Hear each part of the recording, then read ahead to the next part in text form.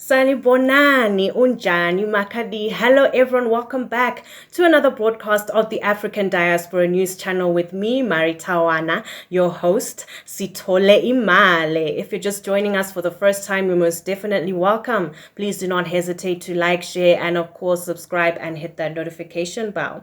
Now, today I actually have good news. A new Zulu King was formally enthroned as the head of South Africa's most influential traditional monarchy at a colorful ceremony 2 weeks ago, attended by tens and thousands of people in the province of KwaZulu-Natal. Now, President Cyril Ramaphosa handed over a giant framed certificate officially recognizing the 40-year-old new ruler, Mrs. Zulu in the coastal city of Durban. Now, according to Ramaphosa, and I quote, "Our king is indeed officially the king of the Zulu nation and the only king of the Zulu nation." Now, the king vowed to promote peace and reconciliation and to be a catalyst for development. The coronation of the ruler of the country's richest monarchy comes after a year of bitter feuding over a royal succession that has spilled into the courts.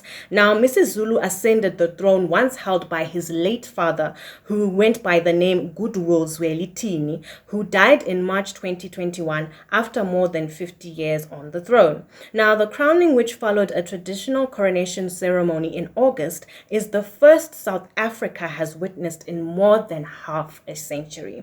Now, according to Ramaphosa, and I quote, "This historic moment only comes once in a lifetime. Many of us will never see this historic moment again." Now, although the title of king does not bestow executive power, the monarchs wield great moral influence over more than 11 million Zulus, who make up nearly a fifth of South Africa's population of 60 million people.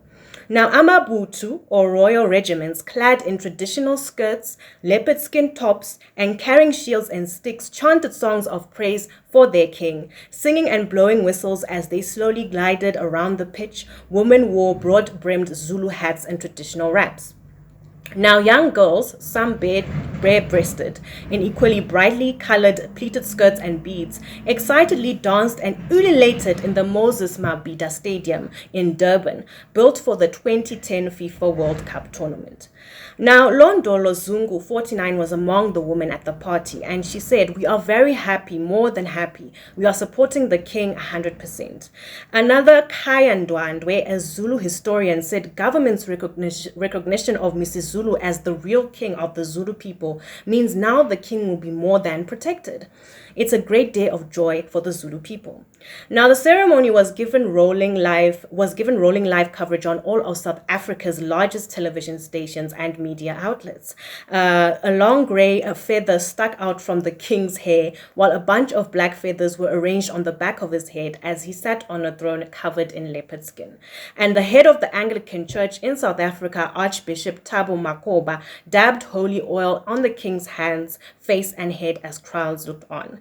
Now, according to Makgoba, he said, "As you embark on your reign as king, I believe you're being called to step up and emulate the highest traditions of your ancestors." In his acceptance speech, the king pledged to work for progress as the world grapples with poverty, unemployment, trust deficit in government and traditional leadership structures, climate change disasters, and economic meltdown. Among the delegates were King Mswati III of Africa's last absolute monarchy, Eswatini, who is also an uncle to the new Zulu King. Now, two of South Africa's ex-presidents, Jacob Zuma and Thabo Mbeki, were present as well. Now, for those who do not know, Zulu kings are actual descendants of King Shaka Zulu, the 19th century leader still revered for having united a large swath of the country as the Zulu nation, which fought bloody battles against the British colonizers. Now, Queen Zwelithini, who died after more than 50 years in charge, left 6 wives and at least 28 children. Mrs. Zulu is the first son of Zwelithini's third wife, who he designated as regent in his will. Now, the queen, however, died suddenly, unfortunately, a month after Zwelithini, leaving a will naming Mrs. Zulu as the next king, a development that did not go down well with other family members. The new monarch's first name means strengthening, the Zulus, but his path to the crown has not been smooth at all.